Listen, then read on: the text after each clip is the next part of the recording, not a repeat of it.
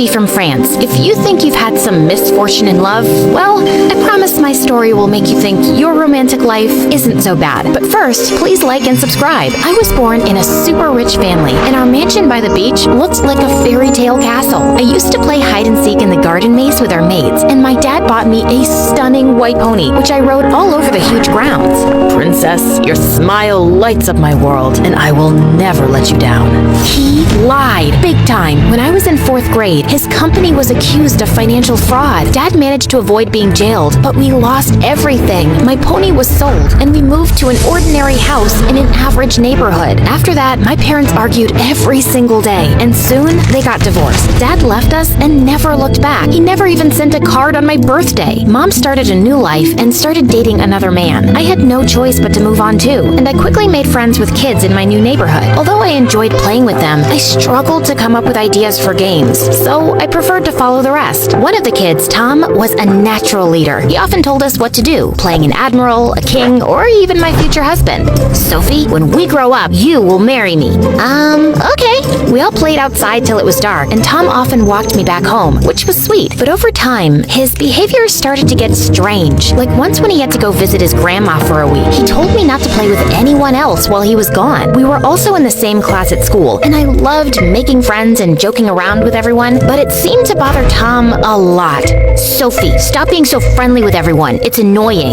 Nobody seems annoyed except you, Tom. In middle school, a cute boy sent me a card on Valentine's Day saying, "You brighten my day," and it made me so happy. But the next day when I tried giving him a chocolate, he ran away terrified, like he'd seen a ghost. Of course, Tom was behind this. I was getting sick of him, and even tried creating distance between us, but he didn't take the hint. If I didn't walk with him to school, he just followed me. He'd turn up at my house whenever he pleased, and if I didn't talk to him, he'd just sit in my room for hours watching me. I told Mom not to let him in anymore, but she always said he was the sweetest friend I had. Once in high school, I decided to sneak out to a party late at night, but I was more worried about keeping it a secret from Tom than my own mother. Thankfully, I didn't encounter him on the way, and I was ready to have fun, but every single boy I asked to dance with me turned me down. Okay, can someone please explain what's going on? I'm pretty and cool, and yeah, pretty. Why don't you boys want to dance with me? Because your boyfriend isn't gonna like it. I followed his sideway glance to see freaking Tom watching me from a corner. Tom, are you stalking me? And stop telling people you're my boyfriend.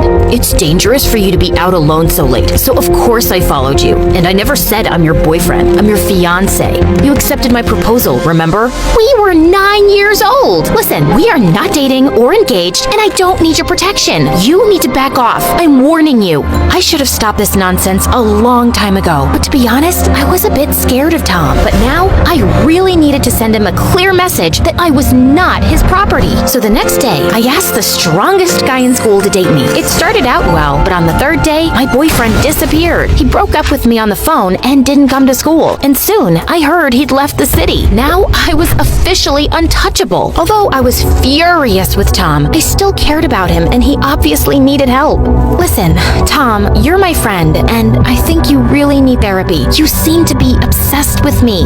No, I'm not crazy. Does being in love seem like madness to you? It's not love, it's an obsession. But he didn't seem to get it, and I didn't know what to do anymore. Fortunately, Mom offered a temporary escape. Sophie, we've been invited to vacation anytime at this beautiful villa owned by the son of an old friend. How about we go away now? It could be a nice break. I was only too happy to accept. The owner of the villa, Pierre, seemed to be only 5 to 6 years older than me. He'd inherited his father's business and was already a millionaire. As soon as he saw us, he smiled brightly and his gaze was fixed on me. I felt myself blush. Pierre was a really charming gentleman. We spent the whole day together enjoying his amazing place. He revealed to me that a year ago, he'd been in a terrible accident that had caused him amnesia. I couldn't even remember my parents' names, and I felt so lost. It was a really dark time, and I zoned out as the wheels in my brain started turning. Amnesia. Yes, this could be the perfect solution for getting rid of Tom. Well, I'm glad you're fine now, but on the upside, it must have been good to forget bad things. Oh, trust me, there's nothing good about it, and it took a while to recover. Maybe faking amnesia was a bad idea, but it was the only shot I had at getting my life back. So the next day, I was busy looking for an opportunity to fall and act like I had amnesia, and it presented itself when Tom suggested that we go horseback horse riding. I chose the wildest horse, named Terror. We went riding along the coast and watched a lovely sunset. I knew we'd be heading back soon, and I had to execute my plan now. I haven't ridden a horse in years. I remember I visited once, and you had the loveliest ivory pony. My moo-moo. Yeah, my parents had to sell it. That's a shame. You loved it so much. I was trying to force Terror to rear up, but this horse was just not listening to me. Sometimes that life just feels like it was all a dream. But you can return to this dream, Sophie, if you want. What? Just then, the horse reared up, and I let go of the reins and fell to the ground. The world spun around me. The last thing I saw was Pierre's worried face before I blacked out. When I opened my eyes again, I found myself lying in a hospital bed. How do you feel? I don't know. What happened? Where am I? Where's Moo-Moo? Yeah, so I pretended that I didn't remember life after I was 6. I didn't remember getting poor, or Dad leaving us, or any of my childhood friends, including Tom. My fall was an accident, but Pierre blamed himself for letting me ride that unruly horse. He begged us to stay at his villa so I could recover in peace, and Mom and I were pretty thrilled at the idea. Pretending to have amnesia, I acted like a child the first few days, which was quite funny. I did all sorts of silly things, like hiding in the garden and asking Pierre to find me, then jumping out and scaring him. I even drew a mustache on his face while he was sleeping. Pierre was dedicated to helping me recover my memory and did all sorts of mental exercises with me, and he pampered me a lot. He had his cooks make my favorite meals, took me to his private cinema often, and bought me anything I wanted at the mall. And I really got to know him better. His eyes lit up when he talked about how his company was helping build schools for kids in Africa, where he went often. Pierre was the complete opposite of Tom. He was kind and gentle, and being around him, I felt safe. And I knew I was really falling for him, but the guilt of lying about my amnesia was eating away at me. I'd have to tell him the truth eventually, but would he forgive me? A few weeks later, the doctor said I seemed well, but my memory would take time to return. I'd already missed a lot of school, so Mom and I decided to go back. Pierre had to deal with some business abroad, but he promised to visit us soon. And when we got home, Tom appeared at our door in 5 minutes. Where have you been? Why did you leave without saying a word? How could you not reply to me? Are you sure you're at the right house? Who are you? Huh? What is this dumb game, Sophie? Mom told him everything about my amnesia, and Tom was shocked. Then he got angry and refused to believe Mom, but she firmly told him not to stress me out and leave our house. The next day at school, everyone found out about my amnesia and asked me stupid questions, like if I still remembered how to read or write. Tom followed me around watching me, but he didn't say a word. But that afternoon, as I headed out of school, he confronted me. Enough of this nonsense, Sophie. I'm not buying your stupid act. Look, I'm sorry if you were someone important to me, but I really don't remember you. I'm sorry. How could you forget me? I've loved you since we were 9. I've been by your side every day since. How could all that just disappear? No, I refuse to accept that. I'll remind you of every memory till it comes back to you. He grabbed me by the arms and I started to panic. Leave me alone. Just let me be. Help! Someone please help me! Some people watching the whole scene called the police, and the police ordered a restraining order against Tom. My plan had worked. I felt both relieved and guilty. I knew I'd gone too far, but it was the only way. After that, Tom kept his distance, but I could still feel his eyes on me from the shadows. My only hope was to graduate and leave this place and Tom behind soon. For good. A few weeks passed, and I was already missing Pierre a lot. I texted him several times, but he didn't answer. Maybe he was just really busy, or maybe I'd misread some signs and he didn't feel the same way about me. I was looking for something to occupy myself and decided to sign up as a volunteer with some friends at the Nice Carnival, a major music event raising funds for charity. As soon as we were done setting up the sound system on the stage, the announcer stepped up to the mic.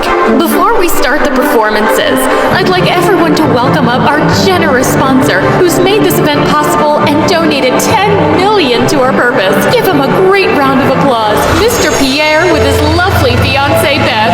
My heart sank to my toes when I saw Pierre step on stage with a beautiful brunette on his arm. As he spoke a few words, I couldn't stop staring at them. Not even a girlfriend, a fiancée. Just then our eyes met, and it hurt to realize how deeply I was in love with Pierre. I quickly turned away and started to run. When I was far enough, I sat on some porch and just cried. I had no right to be mad at Pierre since I was a liar, and he never said he loved me, but I still felt betrayed. Sophie, can I sit near you?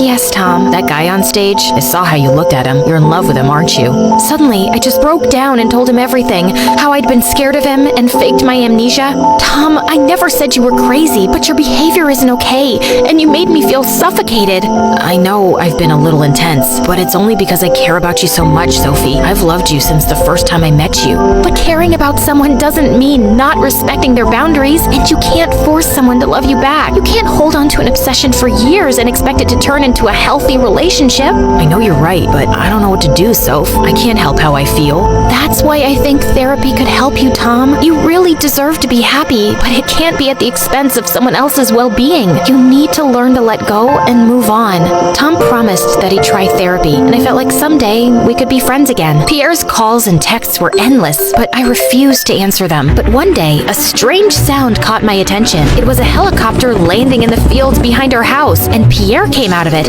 What are you doing here, Pierre? Fighting for the love of my life. That's you, in case it wasn't clear. Those are strange words for a man with a fiancé. Please, I just need a few minutes to explain. Pierre then told me that his dad had laid a condition on him to find a girl to marry before he could take over the family business. So Pierre had proposed to a girl he wasn't in love with just to please his father. But the pressure to settle on a date for marriage had been too much for him, and he'd escaped to his family villa for a break.